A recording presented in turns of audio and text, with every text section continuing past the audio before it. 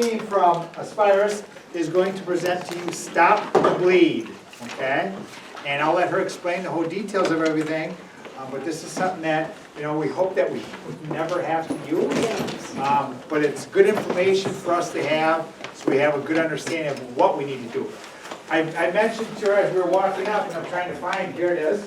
If you guys noticed, all the rooms, right, all the classrooms have these black backpacks in them now, right? The Go Kits. It's all equipment and materials for if we ever had a school intruder and something happened where we had to work with stopping the bleed, doing activities or procedures to help that individual out. And has anybody went through this with the students? They gave them out to us. So yeah. So just reference this one. Yeah. I think it was up to each individual homeroom to maybe go through it, but Okay. the chances that everybody did it, slim to none. Well, it's just nice to reference so you know what you got. And I think I got that correct tourniquet out. All right, well, hello, thanks for having me. Had a little hiatus there during COVID, but maybe I came back last semester. Last semester. Yeah, so it's good to be back. I'm Sara, and I'm a nurse. Is that for me, that point? No, Okay. So I'm a nurse, and I've been a nurse for, oh my gosh, 20 years next month. And I can't believe that. Like, I always thought those nurses that were 10, 20 years out were really awesome, you know, but I just can't believe I'm up in that group already. Nursing's an awesome career. I'd love to ever come and talk about that. If you have questions about nursing, you can come ask me too, but my nursing journey is I started in college at UW-Madison, and I didn't really know what I wanted to do. I knew I liked something in healthcare. The day of registration, like we all were there with my parents, and they were like, all right, all these different schools are gonna call you, you go with them, you sign up for classes. So I'm waiting, because I think I decided I wanted to be pre-med. And so they didn't show up that day, that school of pre-med, whatever, medicine. So some counselor lady was just like, well, just go with nursing, it's the same thing. So before you know it, first semester, I'm like nursing chemistry, nursing this, like nurse-specific classes. And honestly, I didn't even know what a nurse did. I was like, what is this? I feel so naive at this, thinking about it. But I really, you know, appreciate being kind of shoved into that. And it turns out I really like nursing. The things I love about it is helping people, right? It's one of those helping professions. I love sciences. So there's a lot of science, evidence-based care, research that we're always pushing, especially in the trauma world, which I'm in. And then I like the fact that I could have a family with it too, and not have some of the rigors that are required with like being a doctor and stuff. But I work very closely with doctors. I have a high regard for them. In another life, maybe I'd do that, but it's been good for me. So I started out intermediate care in Aspirus, Wassa. I've been there the whole time. And then I transitioned into ICU as a nurse. I learned how to do ventilators. I took care of trauma patients, all kinds of things. And then life throws you twins and things happen and you realize you can't do floor work, nursing anymore. So now I got into this trauma gig. So I've been doing this for 10 years. And I'm basically doing a trauma quality improvement program at the hospital. So typically quality departments, you know, there'll be just a general quality department, but this one is trauma specific. So I really like my job. Some days aren't great though, you know, like with any job. But for the most part, I really like it. I can make a difference, not so much at the bedside, but I can make a difference bigger for the community, for the region. And the ways I do that is we take a look at the care given to a person injured on a snowmobile up north. We look at the care that was given at that outside facility all the way through EMS, coming here, how did our doctors do?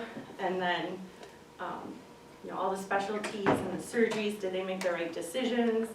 And then in the end, I look for ways we could have did better. And then we might do some action about it, making a policy, bringing in a speaker, educating the physicians on this or that, the nurses. I work with, everybody who takes care of trauma patients. So that's just a quick background about me. How long do I have again? 50. Thank you. 55 even.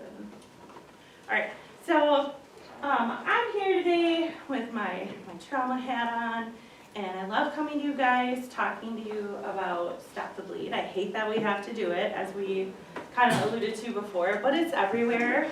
And by the end of this too, I think you'll have an appreciation. It's not just for the stuff that's on TV, it's everyday lives of things that can happen. So Stop the Bleed is a course that's created by all these people at the bottom. This is the one who makes me a trauma center. We're level 2, which is what I do here in Wausau. And they created this course because in 2012, so I can't even ask today, 10 years ago, there had been some school shootings prior to that, but Sandy Hook was the one that really caught a lot of people's attention. I think anytime, and I hate to say this because everyone matters, but they were elementary children, just like the one down in Uvalde recently. I mean, that's where we can catch stuff and start to make a change, because that's not right.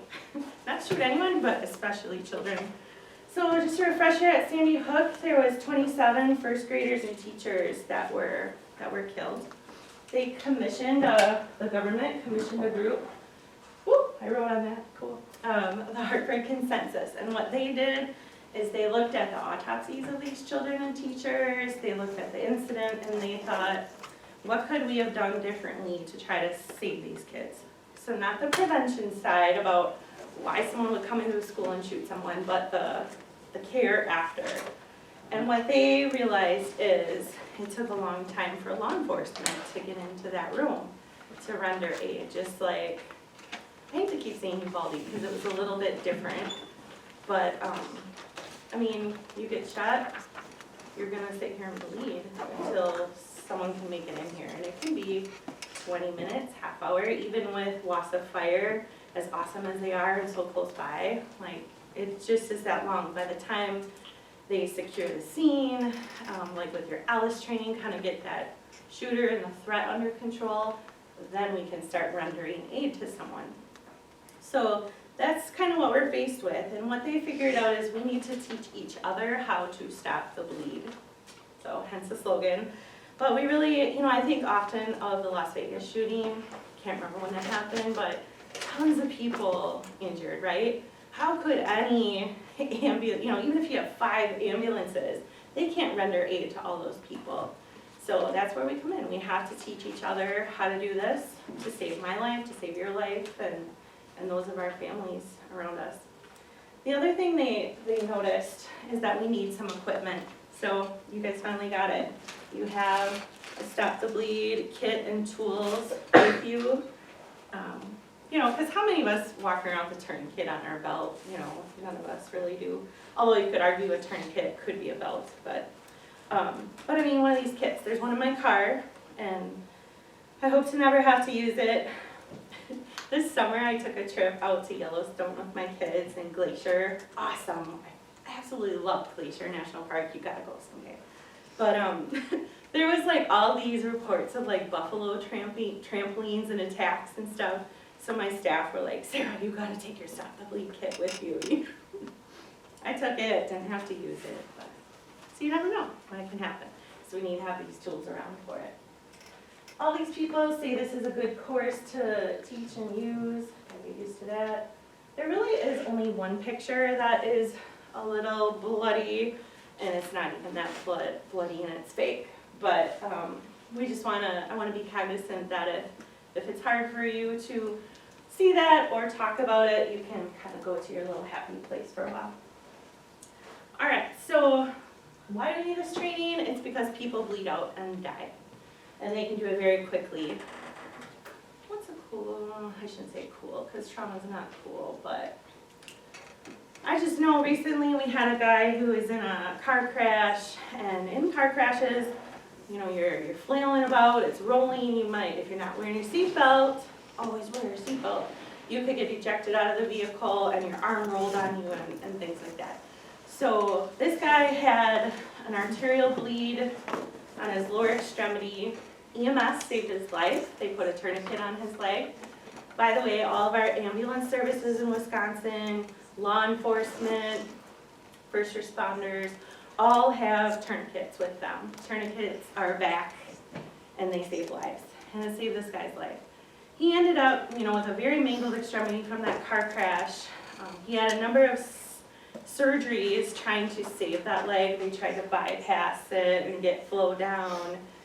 They ended up, you deal with infection. Then he ended up having a below the knee amputation, and then he did actually an above the knee amputation as well. But he's alive and doing well. He's learning to live without his leg and working on his prosthesis. But if we can't stop the bleed, he ain't gonna have that outcome. He ain't gonna make it. So we need to recognize and stop bleeding as soon as possible. Oh, thanks. You give my little signal. Yeah. All right, so, obviously school shootings and Las Vegas we talked about, and car crashes. I'll give it away. Car crashes is the #1 reason I see tourniquets used here in Wausau. So pictures here, here's our interactive time. Where else do you think you might need to stop the bleed or use this training? In your lives, or here, wherever.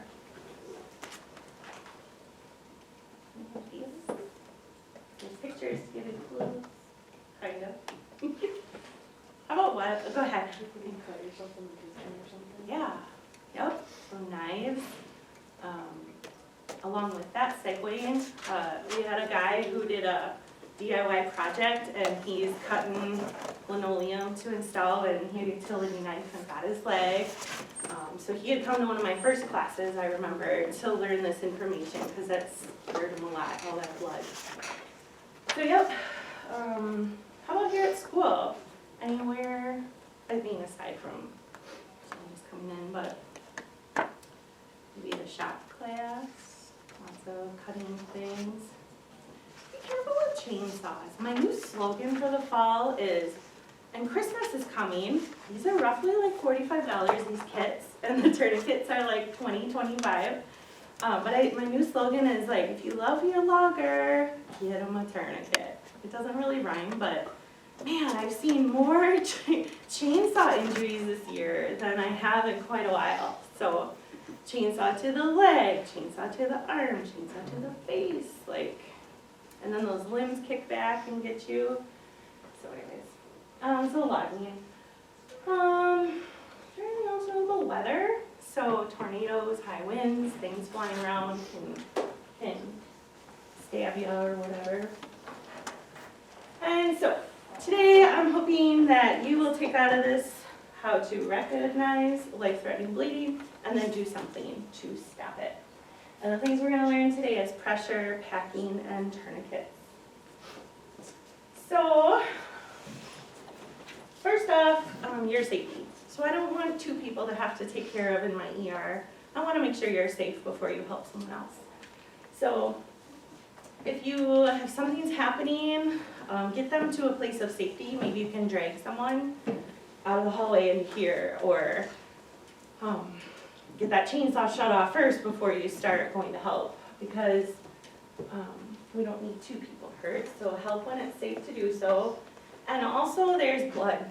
There's lots of blood, and it's scary, it gets everywhere, and you're at a risk of getting a bloodborne disease, potentially, by getting someone else's blood on you. That's why in healthcare we're always wearing gloves and eye protection and stuff like that. So in all these kits, there are gloves in these cute little packages. Do you guys have gloves? I don't know, I'll have to investigate that. But wear that stuff when you can, it's helpful. But if you end up having an exposure to blood, I just want you to know that the risk of getting something, is extremely small. I mean, even if I had a hangnail or a cut, even needle stick injuries with contaminated needles is so small that you would have something. So if you do, if that happens, you get blood on you from someone else, just tell your doctor.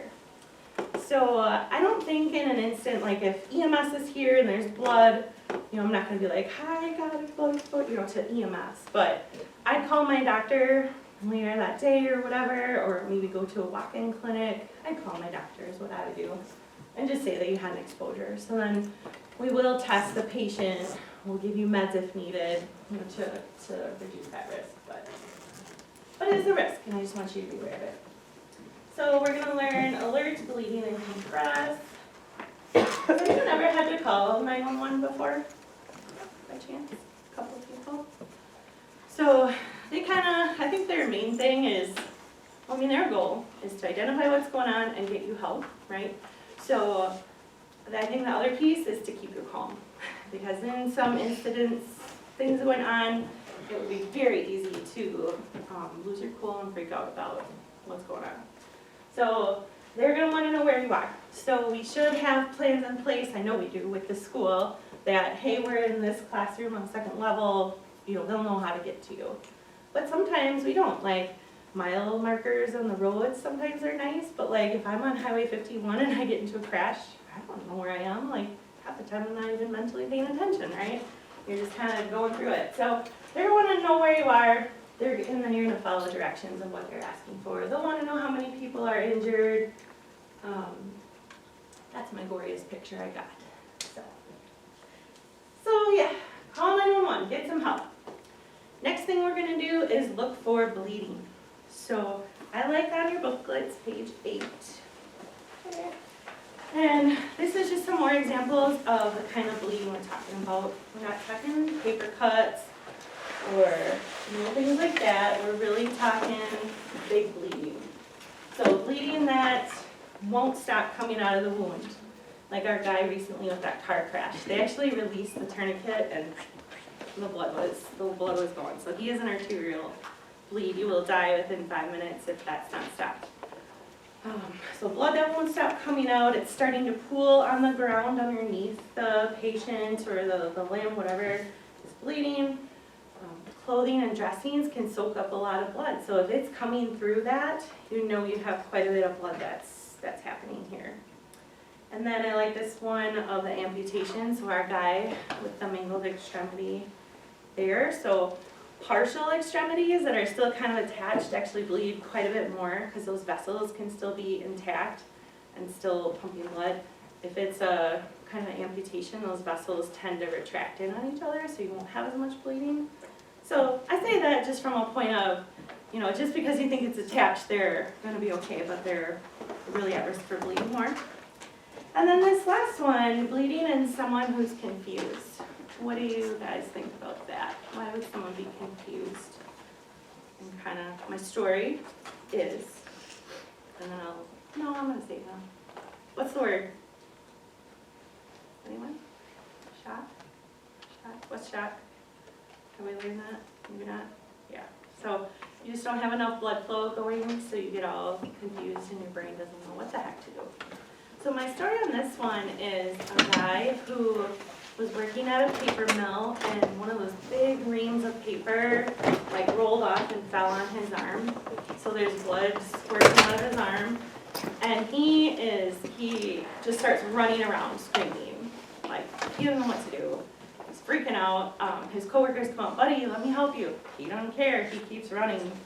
And so some people had asked me, should we tackle him? Someone actually asked me too, should I hit him and knock him out? No, let's not make more injuries. But eventually he will pass out from the lack of blood flow and blood loss. He'll fall down, he'll pass out, and then you can help him. But don't fight to help somebody if they're not letting you help them. If it's severe enough, eventually they'll go down. So, has anybody seen lots of bleeding? Been involved in anything? Do you care to share what you saw? Well, I'm a CNA, so I see a lot of it. Yeah. But we have a lot of people in rehab that come back from surgeries and break their stitches open. And Isn't it? Yep. So that's a good example. Anyone else? Yeah. Okay. I know one time someone shared a story, I forget if it's the other school or this one, but sports injuries. There's some open fractures that can happen, and I think there was something on a field that happened and they had to use a tourniquet or, intervene with that, so. Now I made it bad. So there might be many spots that a person's bleeding from. So like a penetrating injury, those semi-automatic rifle things, not a hunter, don't know them that good, but I know they can shoot a lot of bullets at once, really fast. So there can be many spots that you're bleeding from. So people often ask, how do I handle that? Which one do I do? How do I help? Even this one has a couple spots. So I'd say pick the one with the most blood loss. Any that are squirting or has that pooling of blood, the things we kind of talked about. And then if you have more people that can help, maybe they can come help do pressure or some of the things we're going to talk about. Do your best. I would also like to say that this stuff would be really hard to do. I'm a nurse, I'm a trauma nurse, I should know how to do this, right? But if it's my kid, my family, myself, I don't know how I'd be exactly. So I think anything you do to help someone is heroic, whether it's calling 911 or trying to keep someone calm or anything you do is really amazing, and I applaud you for that. So hopefully by the end of today, you'll know a little bit more from our brief interaction together, and then maybe someday if you're in this situation, you'll help someone. And then clothing may hide your bleeding too, so there are scissors in all of these kits, and you can go ahead and cut someone's clothes off if you need to. We do it in the ER right away, like strip people down to their skinnies. We don't have to do that. I'm not saying we need to cut everything off, but if I'm shot in the chest, please get this blazer off me, get the shirt open so you can see where I'm bleeding from, and kind of take an assessment everywhere else so that you're not missing something. Okay, you can do a few.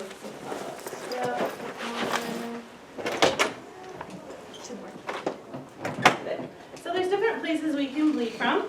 So the easier ones are your extremities because we have more options like tourniquets and pressure and tacking to intervene with.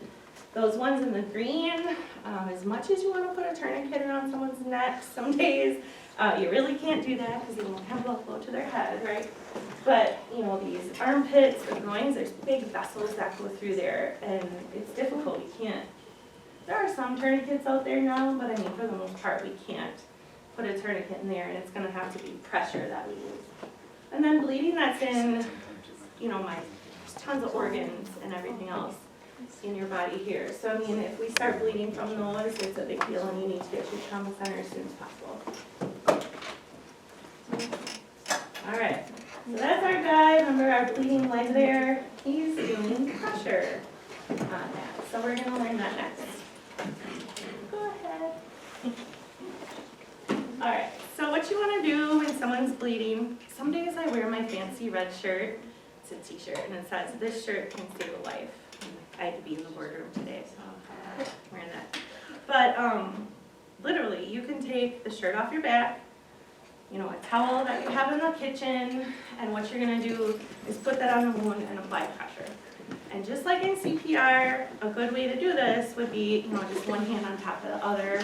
Use your body. So you want to be over the person. You're not going to apply good pressure if they're way up high or something. So interlock the fingers, and you're going to use your body weight to hold it. You may be holding this for like 20 minutes, half hour, till some help arrives. So it's going to be exhausting. So that's why you want to use some of these other techniques.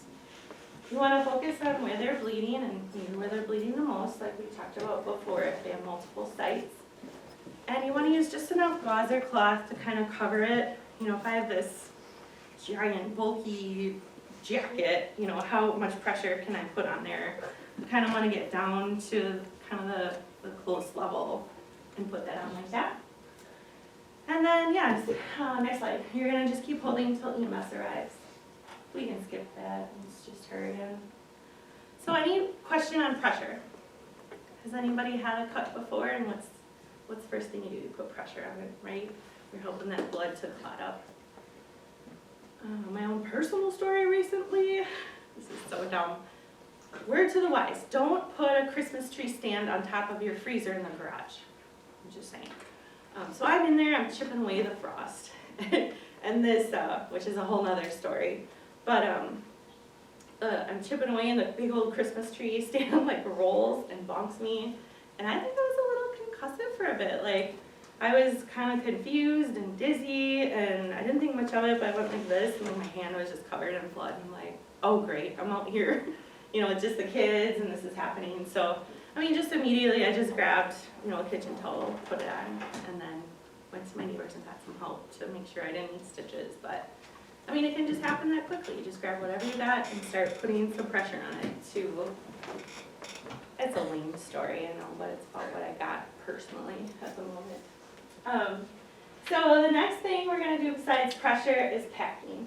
So I often think of vessels and bleeding, it's a garden hose, right? It's just gonna keep on bleeding until something stops it. So we wanna try to get that hose to stop bleeding. Here, we can see all those little parts bleeding. If I just keep putting stuff on top of it, nothing's gonna stop that blood from coming out. But if I take some gauze or a t-shirt strip or a kitchen towel, whatever you've got, and I pack it in that wound, I'm gonna put pressure against those vessels and make it stop bleeding or help to stop it, hopefully. So you wanna just keep packing in that gauze until you can't anymore, and then just take a little bit more like that, and then you're gonna do pressure on top of that wound. So we're not gonna be able to pack every single wound. This one's pretty small. I can't get my finger hardly in there. Someone asked me, should I take a pencil and try to put pressure, you know, pack it that way? No, just do your best to put pressure on top then. But for large wounds like this, like our guy who had the leg extremity wound that was kind of bigger, go ahead and try to pack if you can. And if you can't, just do pressure. Go ahead, next one.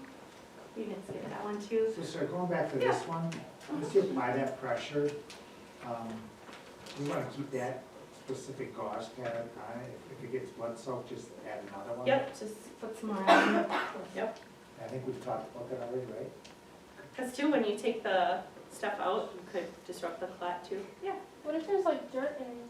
So, good question. Even if you have the, I always say a towel that's been in a barn with cow poop and hay and whatever on it, use it. Because if we don't stop the bleeding, they ain't gonna make it anyways to the hospital. So we'll deal with the infection and wash it out. Like that's kind of like what our motor vehicle guy had to have done quite a few times was he ended up getting infection because of all that. And What about glass? Is it same concept? so if it's a big glass shard, maybe you could check, because I don't want you to cut yourself, Right. but I wouldn't be going into a wound and pulling things out. No. But you're right, like in a car crash, there's glass that gets everywhere. So your question was, should you take it out? Or what should you do about it? Try to just work around it or brush it away. Yeah, because I'm thinking like if you cut Yeah. yourself, you got blood, then you're putting it on there, and then their blood's getting in your blood. Like, Yeah, blood everywhere, yep. Yeah, do your best. That's a good question. I've been asked, well, I'll say it at the end. No, I'll go for that. Okay. This is quick clot, so I can pass this around, you can check it out. It's actually a demo quick clot, so it's not actual, but there's stuff on this gauze that helps the blood to clot out. It's called kaolin, it's a natural substance. No one who has a fish allergy or whatever will be affected by using this. So we often use this on scalp wounds because they bleed a lot. And we'll just put some of that in there, you know, clot it up, good to go. So that's quick clot.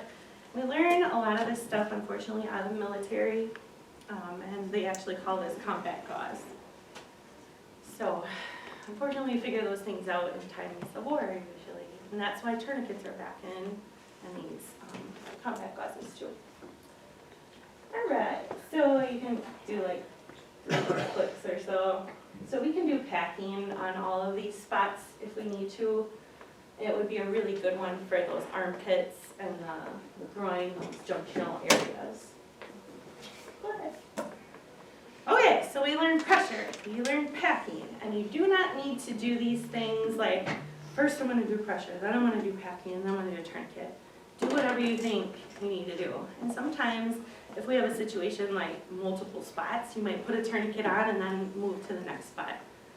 So, Tourniquets. This is the kind you guys have. Mine's blue because it's a trainer. Yours black because it's not a trainer.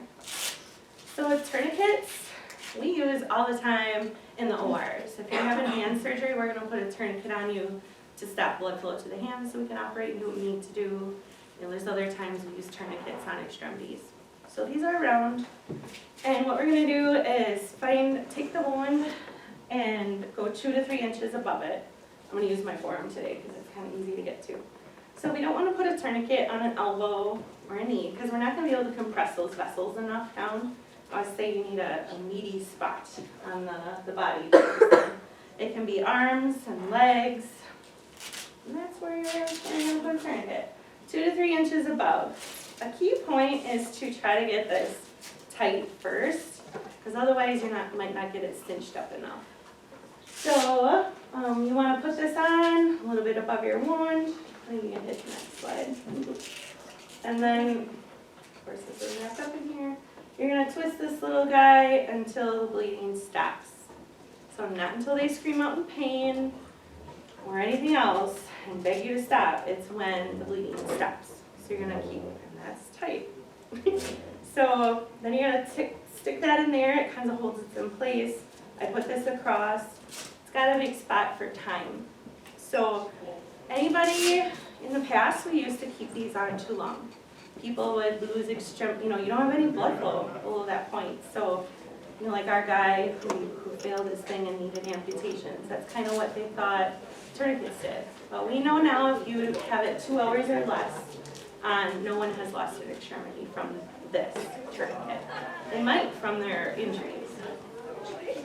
So you can put these over clothes, that's fine to do.